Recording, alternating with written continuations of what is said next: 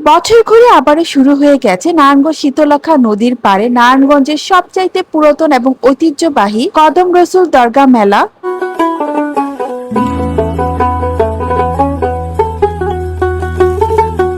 এই মেলাটি মিলাদুন্নবী উপলক্ষে প্রতি বছর অনুষ্ঠিত হয়। গত বছরেরও বেশি সময় ধরে বন্দর এলাকার মানুষের সংস্কৃতি ও ঐতিহ্যের অংশ হিসেবে চলে আসছে। যুগের পরিবর্তনে মেলার রূপ বদলালেও এর ঐতিহ্য এখনো টিকে আছে।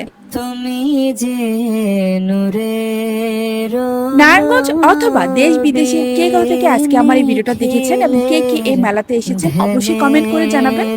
চলুন আপনাদেরকে মাজার এবং মেলাটা ঘুরে দেখাই। এই মেলা বা মাজারের সাথে অনেকের স্মৃতি আছে। আমার নানি বাড়ি যেহেতু বন্দরের, তো মা আন্টিদের কাছে অনেক গল্প শুনেছি এই মাজারের। ছোটবেলায় মেলার সময় নানি বাসায় চলে আসতাম, নানা নানি অনেক খেলনা নিয়ে বাসায় আসতো। তবে সবার কাছে একটাই অনুরোধ থাকবে, অবশ্যই শিরক হতে দূরে থাকবেন। অতীতে এই মেলায় বড় পরিসরে সার্কাস হতো, মেলায় হাতি আসতো, ঘোড়া আসতো, এমনকি সিংহ প্রদর্শনের জন্য আনা হতো, যা দেখতে দূর দূরান্ত থেকে মানুষ আসতো। অতীতে রয়েছে এখানে মহানবী সাল্লাল্লাহু আলাইহি সাল্লামের কদম মোবারকের ছাপ সংবলিত একটি পাথর রয়েছে। এটাই সেই পাথর, এটার জন্যই দরগার নামকরণ করা হয়েছে কদম রসুল দরগা। যারা চাষারের এপার থেকে মেলাতে যেতে চাচ্ছেন তারা বন্দরঘাট অথবা নবীগঞ্জ ঘাট পার হয়ে যেতে পারবেন। সবচেয়ে সহজ হয় নবীগঞ্জ ঘাট পার হয়ে কিন্তু মেলাটা হেঁটেই চলে যেতে পারবেন।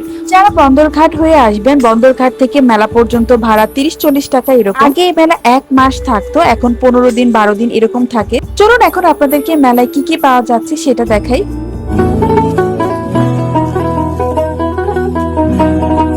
বাজার থেকে নেমে ফুলের এই ব্যান্ডগুলো দেখলাম, এগুলো খুব সুন্দর ছিল, বাচ্চাদের জন্য কিনতে পারেন।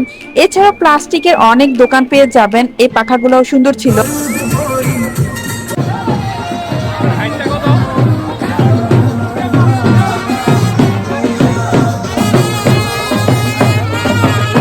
মেলার প্রথম কয়েকদিন প্রতিদিনই সিন্নি রান্না করা হয়, তো অনেকে গরু নিয়ে আসে।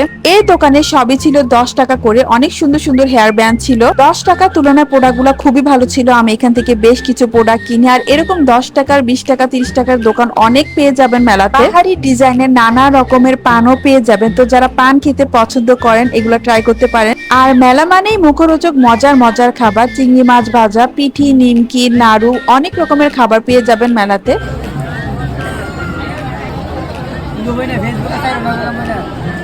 মেলাতে মজার মজার পিঠাও পাবেন, এগুলোর প্রাইস ছিল 40 টাকা করে। আর এই পিঠার দোকানের সাথে একটা মিঠাইয়ের শরবতের দোকান ছিল, শরবতটা খেতে অনেক মজার ছিল, ভিডিও ক্লিপ নেওয়া হয়নি। সিলভার কালার এই ঝুমকাগুলো বেশ সুন্দর ছিল। বাচ্চাদের জন্য খুব সুন্দর সুন্দর ইউনিক জিনিস উঠেছে মেলাতে, এগুলো দেখে বাচ্চারা খুশি হয়ে যাবে।